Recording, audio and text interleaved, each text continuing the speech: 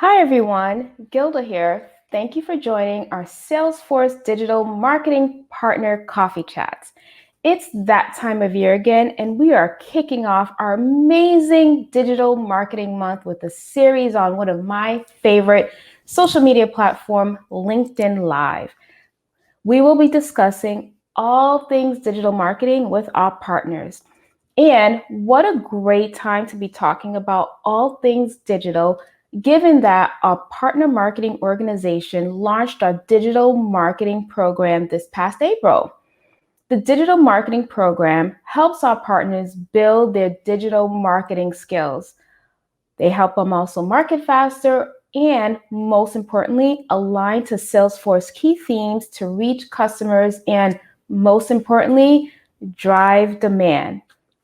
With that, the partners we have featured here today are fully immersed in all things digital, and they are reaching their customers in new ways. So we are excited to dive into our two fantastic Salesforce consulting and ISV partners, Andrea Terrell and Perry Palm, to discuss best practices in my favorite topic, email marketing. So before we get started, a little bit about our speakers. The amazing Andrea Terrell is the CEO and founder of Circante, a marketing and sales consulting and ISV company with several apps on the App Exchange. Next, we have my new best friend, Perry Palm. He is CEO of Phrasee, an AI-powered SaaS platform that revolutionizes customer experiences. Perry has been working with leading brands to optimize marketing results for over 15 years. So I'm really excited to have both of them join us today. Both of you have been in the email marketing space for quite a long time. So I want to start with a fun question. And I also want the audience to join in. Email is one word only. So when I say email is, Perry, what does that mean to you? And Andrea, email is one word only. What comes to mind? One word is tough, and I'd love to see in the comments what how some folks would fill in the blank. But if I had to pick one word, and this is sort of a compound one, I would say email is a workhorse. I love that. Email is a workhorse. I wonder if some of the other comments have said that as well. Perry, what do you think email is? Let me insert my tongue in my cheek just for a second and say the opposite of what I think is true. This will be a fun game. Let's say email is ... dead. Really? Look, why do you say that? You live and breathe email. People have been saying this for years and years. And if I had a nickel for every time someone said that, I'd probably have like, I don't know, $20, which is a lot of money. But the thing is, like, everybody has said for years that email's dead. Everything's going to kill email. It was going to be like RSS back in the day. Then it was blogs. Then it was Facebook. Then it was Slack. Lately, it's like, oh, iOS is going to kill email. And guess what? Still standing, still fighting. So pro tip for the viewers out there, if you ever see someone saying email is dead, tell them to have a Kit Kat bar, take a long break, and go for a walk. So email is not dead. Indeed. You see what I did there? Love it.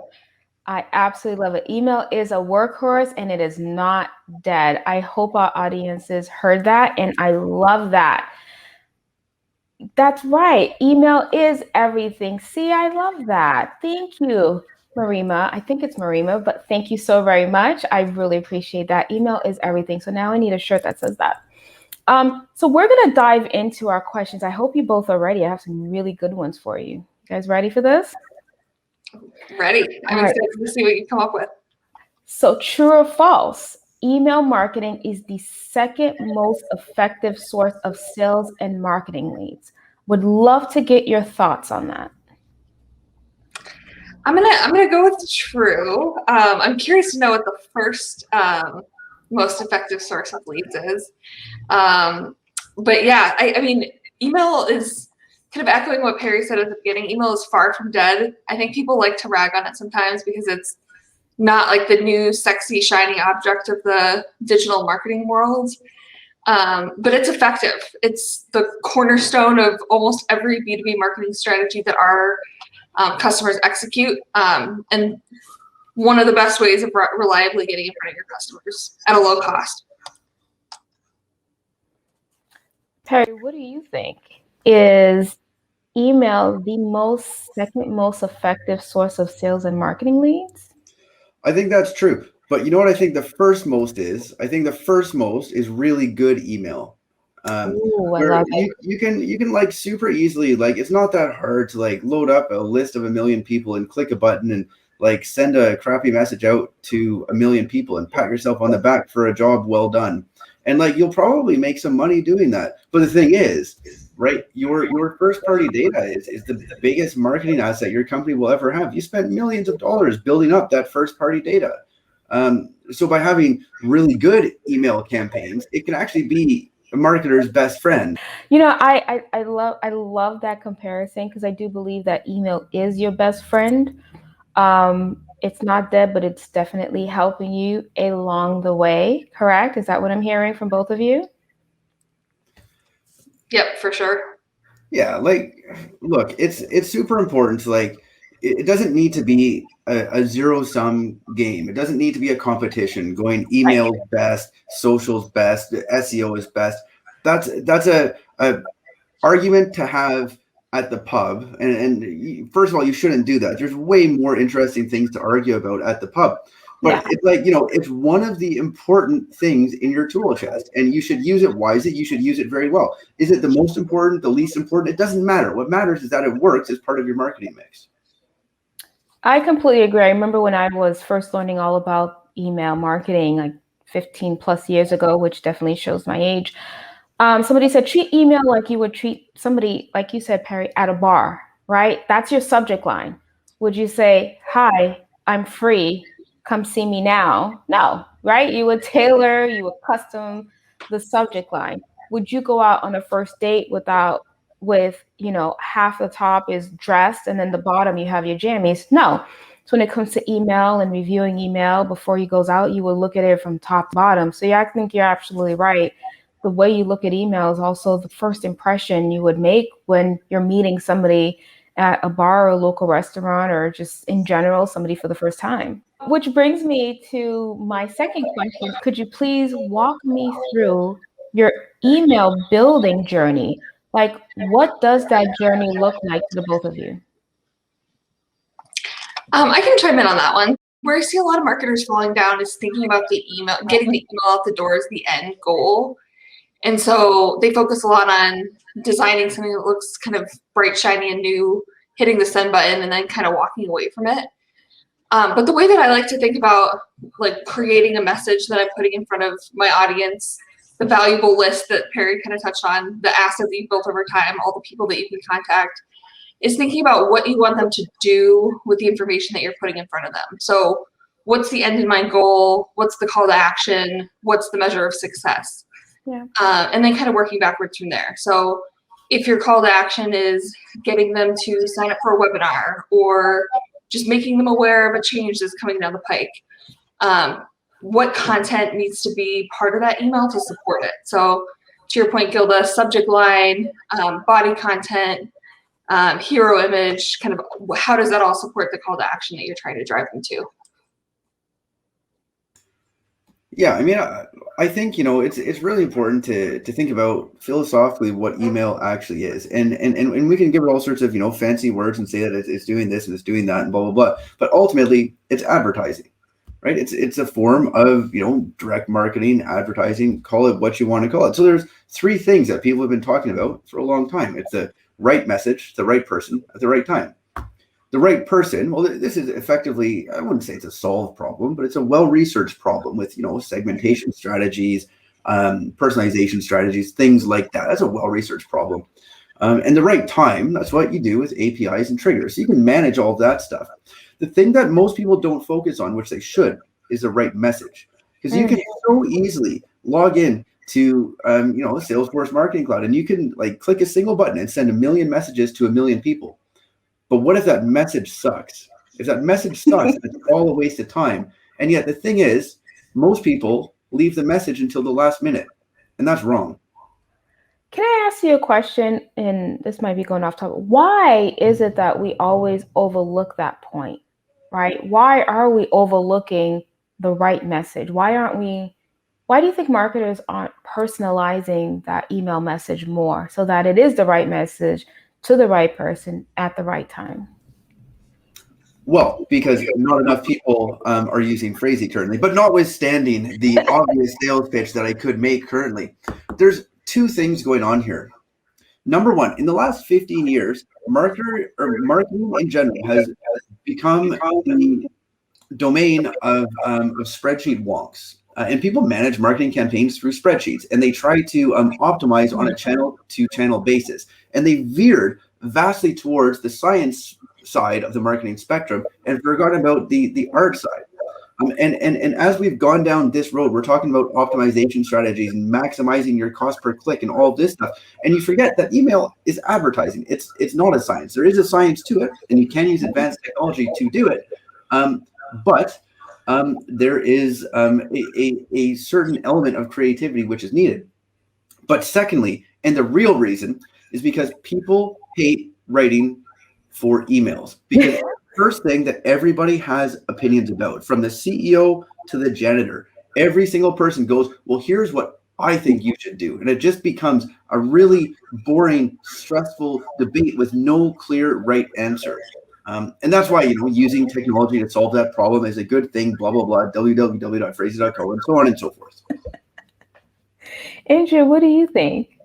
Yeah, that's a super interesting question, kind of why people put less time and attention into the message itself. And I actually think it partly goes back to a lot of marketing historically being rewarded for activity versus outcomes. Mm-hmm. So in the past, it was really hard to measure marketing's impact on revenue. So things like number of emails sent, number of emails opened, click-through rate, those were kind of the metrics that carried the day. And so it was all about activity and not necessarily like, why are we doing this? And when you think about messaging and like the blood, sweat, and tears that go into crafting a really well-formed message that drive people to your call to action, I think that's a very like Simon Sinek start with why type of thing, where like you need to be really clear on what you're trying to accomplish and the outcome that you're trying to drive. And marketing hasn't always been aligned with that worldview historically. So now you've actually mentioned metrics quite a bit.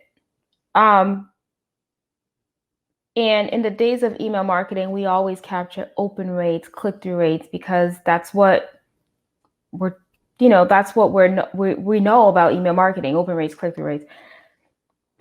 Would you guys say that is the right metrics for us? Like, how old is email, right? How old is email? Because should those still be the same metrics that marketers are still capturing, back to Perry's comments, in order to send the right message? Open rates, click-through rates. Like, what other metrics do you guys account for measuring success? Yeah, I would go back again to the, like, what is the secondary thing that you're looking to drive with email? Like, for somebody who does interact with your message, what action do you want them to take next? And do they end up doing that? Email is a little bit tricky when it comes to marketing attribution, because usually you're sending them dozens of emails along the buyer's journey. And so trying to like track revenue back to a specific email gets a little hand wavy unless you're in a B2C environment where there's a shorter purchase cycle. But things like open rate and click-through rate are becoming less reliable across the board. Some of the changes that Apple rolled out recently with how their users can opt in and out of like open rate tracking, that's going to wreak havoc on all historical reporting, all of the way that we've kind of thought about email marketing success metrics in the past. So I really do think it's time for us to level up, move beyond that, and think about kind of what is that next step that we're trying to get them to take.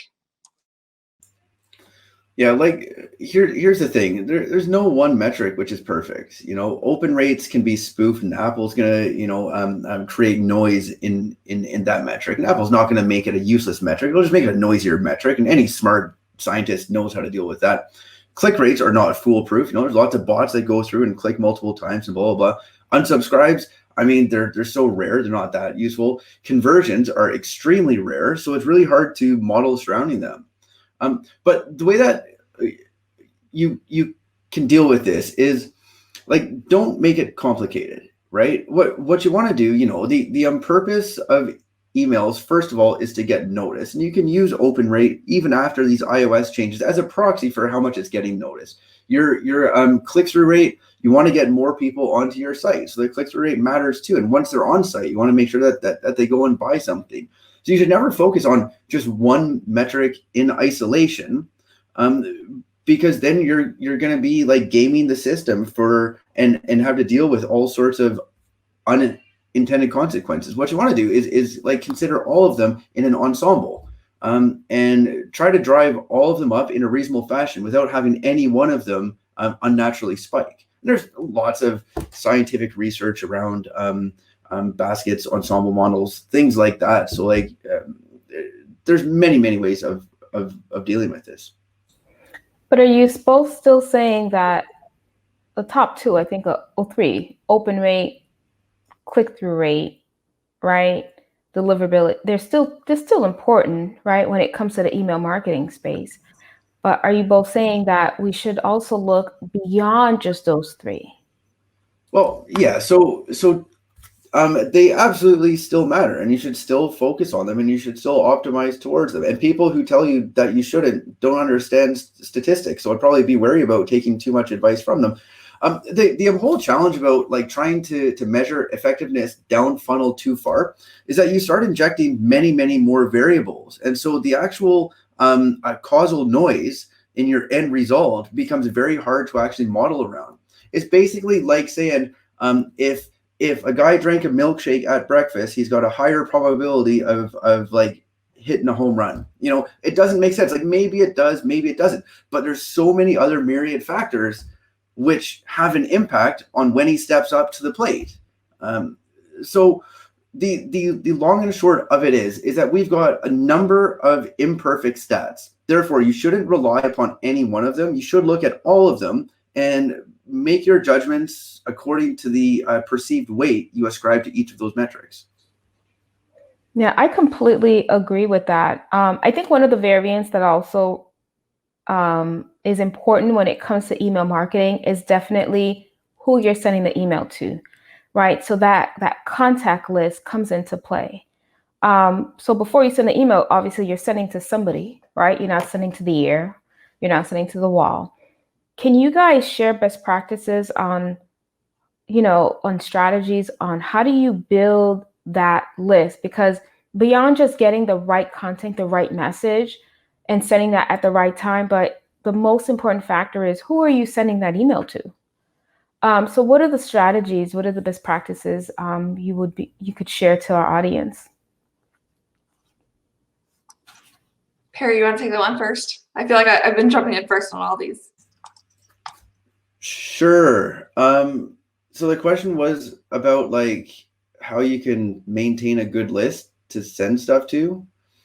I'm going to be honest, I'm not a domain expert in that. I mean, just from core experience at Phrasey, we've got a weekly newsletter that we've been sending out for over 5 years on Thursdays. And it's a hugely popular thing. We've got, a few 100,000 people subscribe to it. Like, it's absolutely loved.